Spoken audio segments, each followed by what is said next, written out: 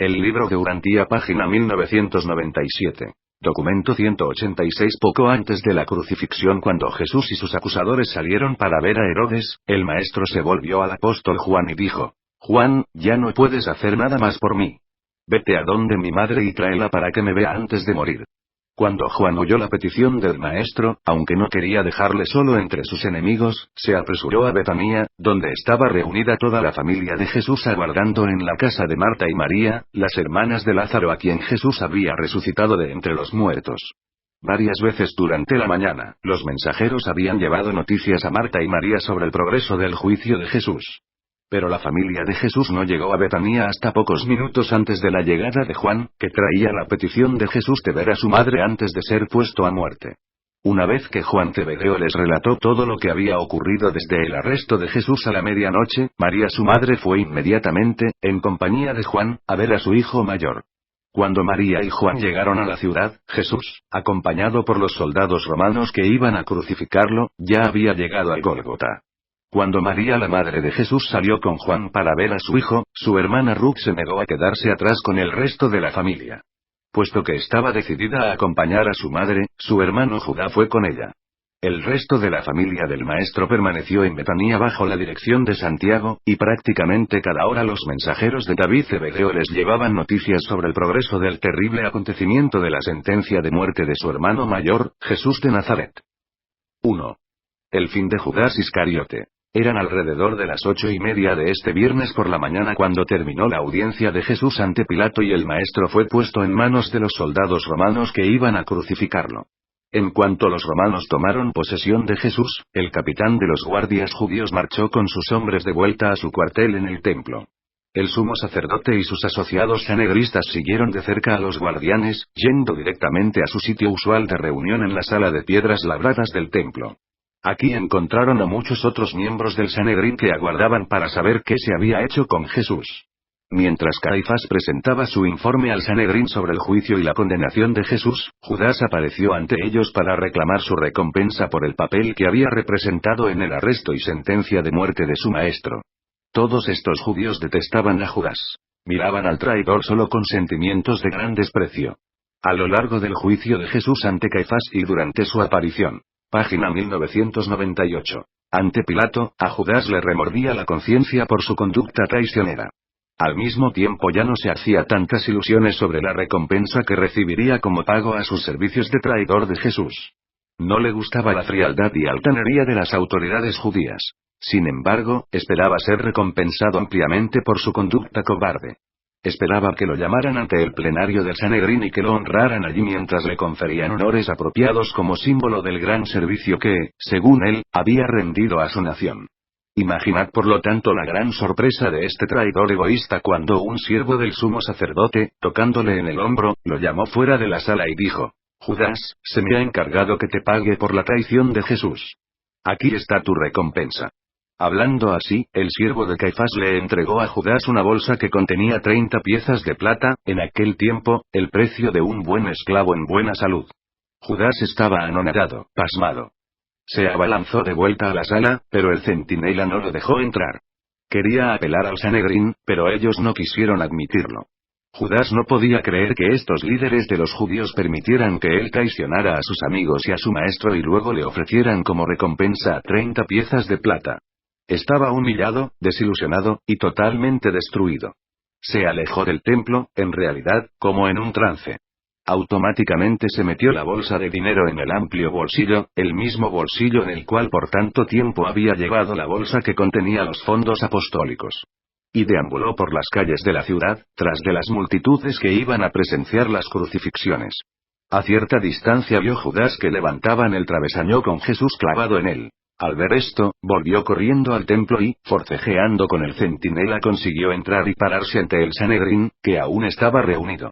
El traidor estaba casi sin aliento y altamente conmovido, pero consiguió balbucear estas palabras: He pecado entregando sangre inocente. Vosotros me habéis insultado. Me habéis ofrecido dinero como recompensa de mis servicios, el precio de un esclavo. Me arrepiento de haber hecho esto. He aquí vuestro dinero. Quiero liberarme de la culpa de esta acción. Cuando los potentados de los judíos escucharon a Judas, se burlaron de él. El que estaba sentado más cerca del sitio donde se encontraba Judas de pie, le indicó con un gesto que se fuera de la sala, diciéndole: Tu maestro ya ha sido puesto a muerte por los romanos, y en cuanto a tu culpa, ¿qué nos importa a nosotros? Ocúpate tú mismo de ella, y fuera de aquí. Al abandonar Judas el aposento del Sanedrín, sacó las 30 piezas de plata de la bolsa y las arrojó al piso del templo. Cuando el traidor abandonó el templo, estaba casi fuera de sí. Judas ahora experimentaba la comprensión de la verdadera naturaleza del pecado. Ya se habían desvanecido el atractivo, la fascinación y la ebriedad de las malas acciones. Ahora el malhechor estaba a solas, frente a frente con el veredicto de enjuiciamiento de su alma desilusionada y desencantada. El pecado fue atractivo y aventuroso mientras lo cometía, pero ahora tenía él que enfrentarse con los frutos de los hechos y a desnudos y despojados de romanticismo. El que fuera embajador del reino del cielo en la tierra, caminaba ahora por las calles de Jerusalén, solo y abandonado. Su desesperación era total y absoluta. Así anduvo por la ciudad y fuera de sus muros, hasta descender a la terrible soledad del valle de Hinnom, donde trepó por las rocas abruptas y, quitándose el cinto, ató un extremo a un pequeño árbol y el otro extremo alrededor del cuello, y se arrojó al precipicio. Antes de morir, el nudo que sus manos nerviosas habían atado se soltó, y el cuerpo del traidor se reventó en pedazos al caer a las ásperas rocas. Página 1999. 2. La actitud del maestro cuando Jesús fue arrestado, sabía que su trabajo en la tierra, en la semejanza de la carne mortal, estaba terminado. Él comprendía plenamente la manera como moriría, y poco le preocupaban los detalles de los así llamados juicios. Ante el tribunal de los sanedristas, Jesús se negó a responder al testimonio de los testigos perjuros. Tan solo había una pregunta que siempre tendría respuesta, fuera amigo o enemigo el que la preguntara, y esa era la que se refería a la naturaleza y divinidad de su misión en la tierra. Cuando se le preguntaba si él era el Hijo de Dios, respondía infaliblemente. Se negó firmemente a hablar en presencia del curioso y malvado Herodes. Ante Pilato habló solo cuando pensó que podría ayudar a Pilato o a algún otro ser sincero para que alcanzaran un conocimiento mejor de la verdad de lo que él decía. Jesús había enseñado a sus apóstoles que era inútil echar perlas a los cerdos. Ahora, se atrevía a practicar lo que enseñara. Su conducta durante este tiempo ejemplificó la sumisión paciente de la naturaleza humana combinada con el silencio majestuoso y la dignidad solemne de la naturaleza divina. Estaba dispuesto a conversar con Pilato de cualquier asunto relacionado con las acusaciones políticas contra él, toda pregunta que reconocía pertinente a la jurisdicción del gobernador. Jesús estaba convencido de que era voluntad del Padre que se sometiera al curso natural y ordinario de los eventos humanos como debe hacerlo cualquier otra criatura mortal, y por lo tanto se negó a emplear siquiera sus poderes puramente humanos de elocuencia persuasiva para influir sobre el resultado de las maquinaciones de sus semejantes mortales socialmente miopes y espiritualmente ciegos. Aunque Jesús vivió y murió en Urantía, toda su carrera humana, desde el principio hasta el fin, fue un espectáculo diseñado para influir e instruir al universo entero de su creación y permanente sostenimiento. Estos judíos míopes pidieron a gritos la muerte del Maestro mientras él estuvo allí de pie en un silencio solemne, contemplando el espectáculo de la muerte de una nación, el pueblo de su propio Padre terrenal. Jesús había desarrollado tal carácter humano que podía mantener la serenidad y afirmar su dignidad aún frente a los insultos persistentes y sin causa. No podía ser amilanado. Cuando fue atacado por primera vez por el criado de Anás, tan solo había sugerido que sería apropiado llamar testigos que pudieran atestiguar debidamente contra él. Desde el principio hasta el fin, durante el así llamado juicio ante Pilato, las huestes celestiales que presenciaban los hechos no pudieron contenerse de transmitir al universo la descripción del espectáculo de Pilato enjuiciado ante Jesús. Cuando se encontró frente a Caifás, y todo el falso testimonio fue inservible, Jesús no titubeó en responder a la pregunta del alto sacerdote, proporcionando así su propio testimonio de lo que ellos deseaban usar para condenarlo por blasfemia. El maestro nunca demostró el menor interés por los esfuerzos, bien intencionados pero apenas tibios, de Pilato para soltarlo. Realmente tuvo piedad de Pilato y sinceramente trató de iluminar su mente oscurecida. Se mantuvo totalmente pasivo ante los llamados del gobernador romano para que los judíos retiraran sus acusaciones criminales contra él. Durante toda esta prueba dolorosa, se comportó con singular dignidad y majestad sin ostentación. No proyectó ni siquiera reflejos de insinceridad sobre aquellos que luego se tornaran en sus asesinos, página 2000. Cuando estos preguntaron si él era el rey de los judíos. Con un mínimo de explicación calificativa aceptó esa denominación, sabiendo que, aunque eligieron rechazarlo, él sería en efecto el último que pudiera proporcionarles un verdadero liderazgo nacional, aún en sentido espiritual. Poco dijo Jesús durante estos juicios, pero dijo lo suficiente como para mostrar a todos los mortales el carácter humano que un hombre puede perfeccionar en sociedad con Dios, y para revelar a todo el universo la forma en la que Dios puede manifestarse en la vida de la criatura cuando dicha criatura verdaderamente elige hacer la voluntad del Padre, tornándose así hijo activo del Dios vivo. Su amor por los mortales ignorantes se revela plenamente en su paciencia y gran autodominio frente a las burlas, bofetadas y mofas de los burdos soldados y de los siervos despreocupados. Ni siquiera se enojó cuando le vendaron los ojos y, abofeteándolo burlonamente, exclamaron: «Profetízanos, ¿quién fue el que te golpeó?». Pilato dijo más verdad de la que él sabía cuando, después de haber hecho azotar a Jesús, lo presentó ante la multitud exclamando: «He aquí el hombre». En efecto, el temeroso gobernador romano no se imaginaba que precisamente en ese momento el universo estaba atento, contemplando este espectáculo único de su amado soberano sometido así a la humillación de las burlas y los golpes de sus súbditos mortales oscurecidos y degradados. Y al hablar Pilato, se transmitió un eco por todo Nevadón: «He aquí a Dios y al hombre». Por todo un universo, millones incalculables desde ese día han seguido contemplando a ese hombre, mientras que el Dios de Agona, el gobernante supremo del universo de universos, acepta al hombre de Nazaret como satisfacción del ideal de las criaturas mortales de este universo local en el tiempo y el espacio. En su vida incomparable, él nunca dejó de revelar Dios al hombre. Ahora, en estos episodios finales de su carrera mortal y su muerte subsiguiente, hizo una nueva y conmovedora revelación del hombre a Dios. 3. El confiable David Hebedeo, poco después de que fuera Jesús entregado a los soldados romanos al fin de la audiencia ante Pilato, un grupo de guardianes del templo se dirigió deprisa a Getsemaní para dispersar o arrestar a los seguidores del Maestro. Pero mucho antes de su llegada, estos seguidores se habían dispersado. Los apóstoles se habían retirado a lugares designados para ocultarse. Los griegos se habían separado y se habían dirigido a distintas casas en Jerusalén. Los demás discípulos habían desaparecido del mismo modo. David Hebedeo creía que los enemigos de Jesús retornarían. Por lo tanto, enseguida quitó unas 5 o 6 tiendas en la parte alta de la hondonada, junto al sitio al que tan frecuentemente el Maestro se retiraba para orar y adorar. Aquí él pensaba ocultarse y al mismo tiempo mantener un centro, o estación coordinadora, para sus servicios de mensajería. Apenas David había abandonado el campamento, cuando llegaron los guardianes del templo. Como no encontraron allí a nadie, se conformaron con incendiar el campamento y luego se apresuraron a volver al templo. Al escuchar su informe, el Sanedrín estuvo satisfecho de que los seguidores de Jesús estaban tan totalmente asustados y preocupados que ya no habría peligro de revueltas ni intento alguno de rescatar a Jesús de las manos de sus ajusticiadores. Por fin pudieron respirar en paz, y así levantaron la sesión, y cada uno fue a prepararse para la Pascua. Tan pronto como Pilato entregó a Jesús a los soldados romanos para su crucifixión, un mensajero se fue deprisa a Getsemaní para informar a David, y a los 5 minutos ya habían corredores camino de Betsaida, Pella, Filadelfia, Sidón, Siquem, Hebrón, Damasco y Alejandría.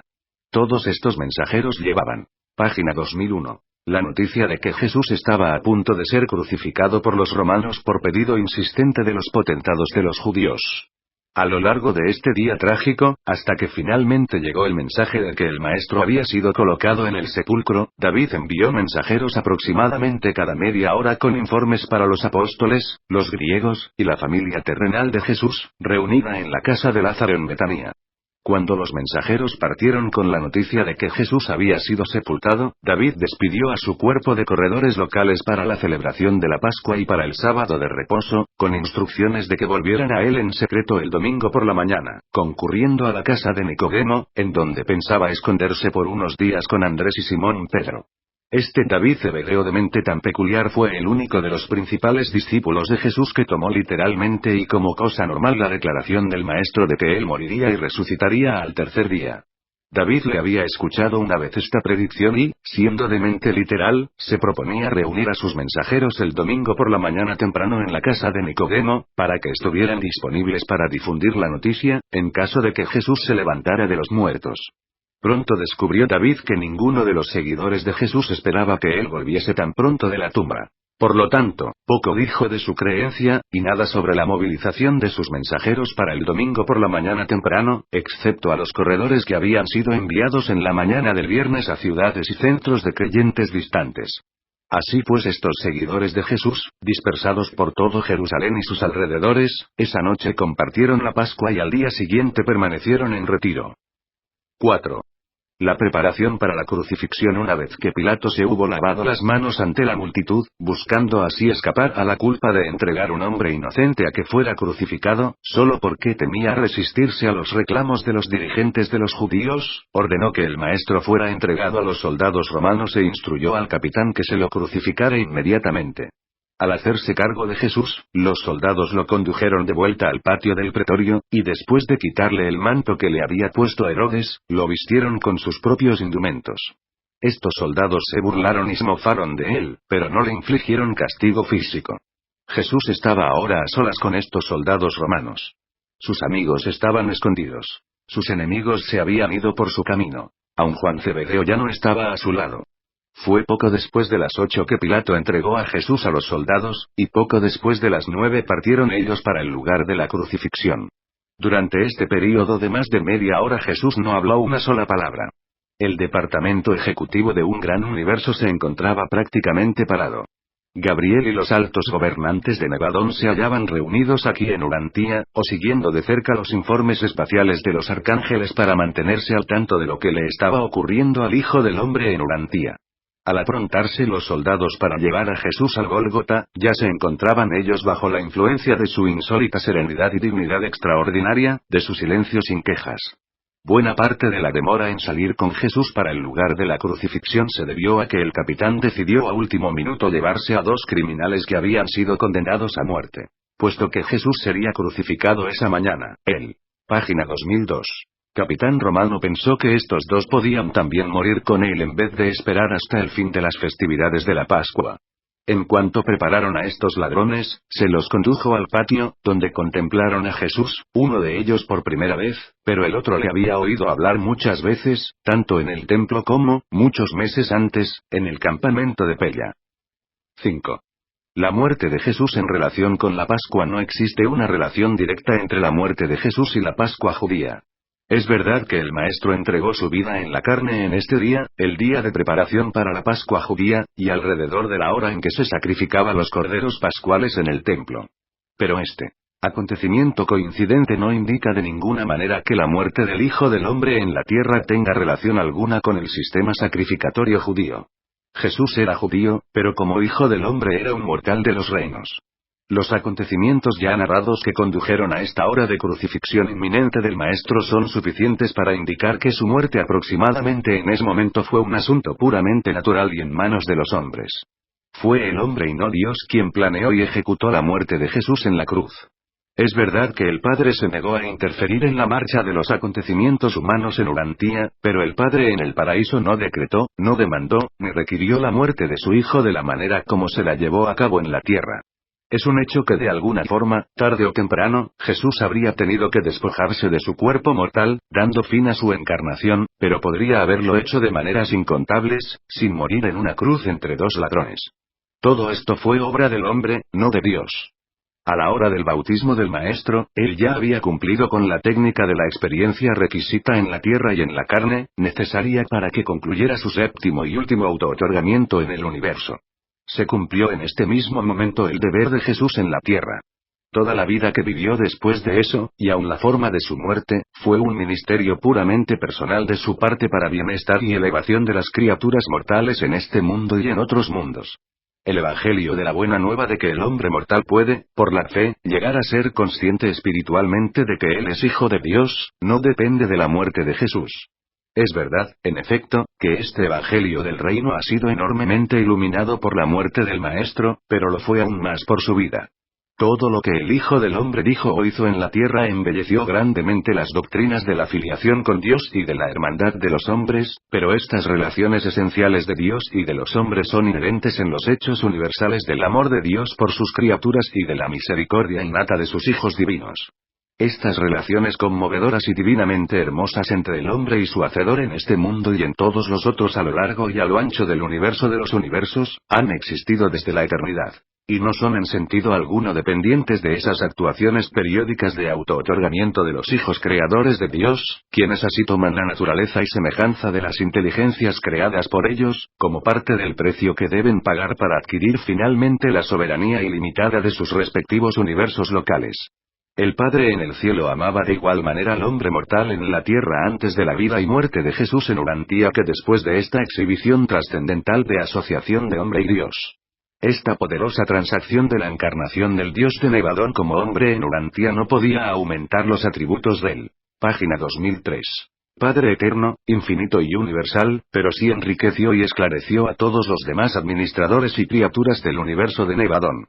Aunque el Padre en el cielo no nos ama más por esta encarnación de Micael, todas las demás inteligencias celestiales sí lo hacen.